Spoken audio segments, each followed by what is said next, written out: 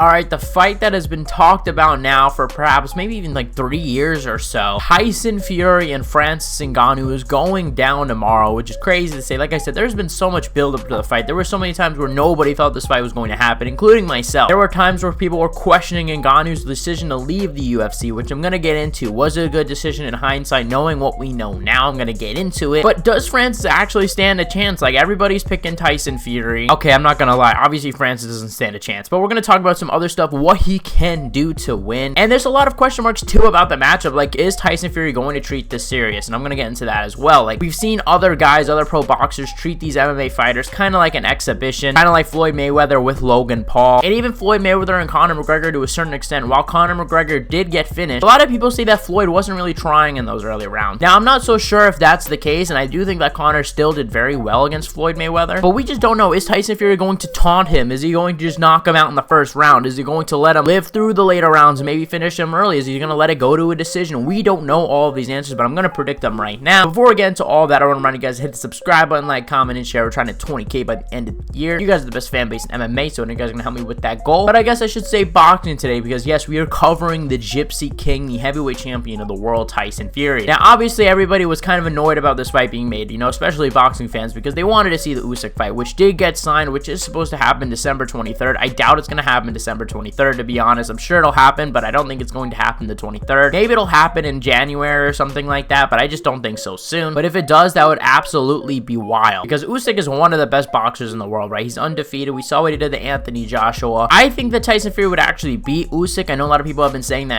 Fury is ducking him. I don't think Fury's necessarily ducking him. I just think he looks at Ngannou, a guy that's way easier and probably a bigger name. I don't know. Maybe Usyk is just as big of a name. I'm not really sure. But when you look at the money and when you look at the threat, Ngannou seems to be like the easier fight. And why are you going to take Usyk? And yeah, I'm sure Usyk might be more money. Although I don't know if he's more money, because I just saw that Tyson Fury is getting paid $50 million for this fight, while Ngannou's getting paid $10 million. And will Fury have that kind of leverage against Usyk? That's a whole other conversation. But let's get into the actual fight. Well, Ngannou, obviously, we all know his journey. He was the UFC champion, beat Stipe, and then, there's a lot of problems behind the scenes. They made it interim title, and I feel like that decision really ruined the relationship between Ngannou and the UFC. Like, I felt like Ngannou was really upset about it. I don't think he ever really forgave them for it. I think there might have been a chance of him resigning if they just didn't do that, which is why I don't think they made an interim title for that whole year that he was gone. The time they actually should have made an interim title. But I think by that point, it was too late. Obviously, Francis, fights out his contract, beats Cyril Gane, a fight that I thought he had no chance of winning. He won it by a pretty close decision by grappling, absolutely destroyed his knee before the fight, and I respected Ngannou a lot for that performance, but now years have gone by. It's now been almost 2 years since he has fought. Now this is a new sport. This is boxing. We know he's going to fight with the PFL soon, but I assume that the guy has been training boxing ever since he left the UFC, right? Yeah, we would have to guess that, especially when you have a knee injury like that. You're not going to be kicking, you're not going to be grappling. Why not do the boxing? Plus, we knew that he wanted to have a boxing fight, whether it be with Anthony Joshua, Tyson Fury, or Deontay Wilder. He wanted one of these guys, and I do think that Tyson Fury is the best option. Joshua isn't really respected in boxing, so I think Ngannou losing to him will look worse, and Deontay Wilder, I think, would knock him out in the first round. We know Deontay Wilder's power. I think he hits harder than Ngannou, and Tyson Fury, we all know he's great. Like, he's beaten everybody. He's the only one that is undefeated, and come on, we all know that Tyson Fury is going to beat him, so I think even if he knocks him out pretty early, I don't think anybody's going to be looking at Ngannou differently. Now, there will be haters saying that, oh, he fumbled the bag and should have stayed in the UFC, but let's get into that. Did he fumble the bag? Was it a mistake leaving the UFC? To be honest, guys, it wasn't a mistake on Francis's part if you're looking at a money perspective, right? The guy's getting paid $10 million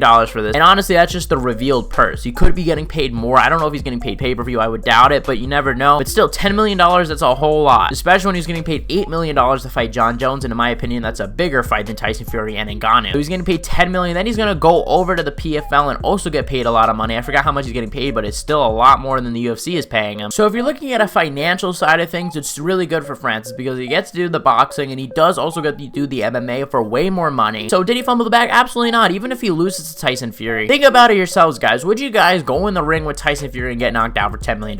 I would do that 3 times in a row. Give me $10 million and I'll lose to Tyson Fury 3 times, aka Deontay Wilder, to this day. But however, you could be looking at this from another perspective, which is something that he did technically fumble, which is legacy. And perhaps he did fumble an imaginary bag. Like, if he beat Jon Jones and then said to the UFC, okay, it's time to renegotiate. Y'all want this rematch? We're gonna have to negotiate some stuff. UFC is gonna really have to give them anything. Like, the UFC is not going to let this guy slide. They're not gonna let him, leave the UFC, beating their greatest fighter of all time. Like, they would have probably given him a shit ton of money just to to stay. And then once he lost, probably cut him, to be honest. But they probably would have given him so much money. And afterwards, if he left the UFC to do some sort of boxing, then he would probably be paid a lot more money. And then Ngannou had a shot, right? He had a puncher's chance against Jon Jones, in my opinion. I think Jon Jones would have won. I did a video about this talking about why I think Jon Jones would have won. But Ngannou has that power that negates all skill, right? That power that you could just land one and then knock you out. And skill doesn't matter. Wrestling doesn't matter. Defense doesn't matter. It's just he hits you and that's it. Look at the Jairzinho Rozenstruik fight where he blitzed out and just was throwing like crazy. So I do think that he messed up on a legacy side of things, but that's up to Francis, right? And I think a lot of people are just also just being haters. And there's a lot of you guys that aren't being haters and are just fairly criticizing him, which I have done too in the past. But I think there's definitely some people that take it to an extreme. And to these people, I say, look, it's Ngannou's decision. If Ngannou wants to fight for money and not for legacy, that's up to him. If he wants to fight for legacy over money, that's up to him as well. Yes, we can say, hey, we disagree and judge him for it. However, I just think that some people take it to another extreme. Like, I do think that Ngannou should have probably fought for the legacy more. I respect fighters that do that more. However, look, I don't blame him. It is a lot of money, and maybe if I were in a situation, I'd be doing the same thing. So, but let's talk about the actual fight. So, Ngannou and Tyson Fury. What does Ngannou have to do? What does Tyson Fury have to do? Well, Tyson Fury just has to be himself, let's be honest. He says that he's going to go forward in this fight, and I absolutely believe that because we saw him do it against Deontay Wilder. I remember when he said that in the Deontay Wilder 2 build-up, I laughed. I said, there's no way that this guy is going to knock out Deontay Wilder. I was like, if he wins, it's going to be a decision. I think most people felt like that. And obviously, we saw that fight where he absolutely destroyed Deontay Wilder, battering him across 7 rounds. And we saw in the 3rd fight, he did the same thing. So I absolutely think that he is going to be able to rush to the center, use that jab, push back Ngannou, and knock him out early. I think that is a possibility. And I honestly do think that that's what's going to happen. But what can Ngannou do to prevent that? Well, I will say a positive for Francis is I do think that if he wins, I think the Deontay Wilder fights will have to play a part in it. Guys, he took a lot of damage in those fights. And yes, he has fought since. He has fought Dillian Whyte. He has fought Derek Chisora. But none of those guys really came after him, and he was really a lot better than any of those guys. And while Ngannou would probably lose to Chisora or Dillian Whyte, we know that Ngannou is willing to just step in the pocket and throw, and he has the power to have success to do so. And I think that, you know, he took a lot of damage in those Deontay Wilder fights, right? He got dropped, like, probably a bunch of times, and every time you get dropped, that's a concussion to the head. That's why boxing is so more dangerous than MMA is, because with MMA, you know, you get knocked down, some follow-up shots, and that's the end of the fight. While in boxing, it's concussion, let me recover, get back up, concussion. Plus, you're getting mostly hit in the head, while in MMA, there's a lot more surface area. You can go for takedowns, you can go for leg kicks, body kicks, etc. So I do think that Ngannou is probably the fresher fighter in terms of health, in terms of brain health, in terms of who might get knocked out quicker. And let's be honest, obviously Ngannou hits very hard. I don't think Mike Tyson in his corner really makes a difference. I think Ngannou is not a good guy to emulate Mike Tyson's style. And I think that Ngannou has 2 paths to victory. He could either be patient or he could just blitz out, right? Number one, let's say the blitz out one, right? We saw in the Jairzinho Rozenstruik fight, just throw hard, throw a reckless abandonment, and hope to get a knockout over Tyson Fury. That is one of the best chances he could have. Another one would be to be very patient. Now, this one I think will require very good defense from Francis Ngannou, which I'm not sure he has in boxing. But to be very patient, pick your shots. We know Ngannou has terrible cardio. Stay patient, wait for your moments to either blitz, and I would say also use body shots. We saw Tyson Fury getting backed up when Deontay Wilder was throwing shots at the body because he was so worried about where the power was going. I also think Ngannou, being the MMA fighter, incorporates some dirty MMA tricks like the clinch. You know, Ngannou needs every advantage he has, you know, so I think you should definitely try to incorporate some dirty boxing in there. And I will say Ngannou probably has the best chance than any other maybe MMA fighter going into boxing has, because this is the heavyweight division. One punch can change everything. One punch can end a fight. And with Ngannou, we've seen him end guys time and time again. But I want to point out those are 4-ounce gloves, right? 10-ounce gloves are a big difference. I explained this to you guys when Logan Paul fought Dylan Dennis. I said, guys, look, you don't understand, the padding in these gloves are insane. Even 10-ounce gloves, if you're just putting them high and a 10-ounce glove is coming at you, it's really hard to get hurt by it, in my opinion. And even throwing it is going to hurt a lot less than Ngannou does in the 4-ounce glove. So I think some of his power will be taken away. And obviously, I'm going to go with Tyson Fury. I do think that this is going to end early. Is there a possibility that maybe he taunts him and maybe he just takes mercy on him and lets him live to the later rounds and finish him there and kind of makes it competitive? I think Tyson Fury, knowing who he is, I think he's going to go out there. I think he's going to step in the middle, throw hard shots right away. And Ngannou might have an advantage here because if the fight is harder than what Fury thinks, then Fury might actually kind of get worried in there, especially with the power coming back at him. But I do think that Fury is going to win. I don't think that there's really any chance that Ngannou has, but who knows? Maybe MMA will be represented well in boxing, and maybe Jake Paul will just be the king of boxing against MMA fighters, which would be pretty strange. But guys, let me know what you guys think in the comment section below. You guys are the best fan base in MMA. Who do you think is going to win and how, more importantly? Because I think we all think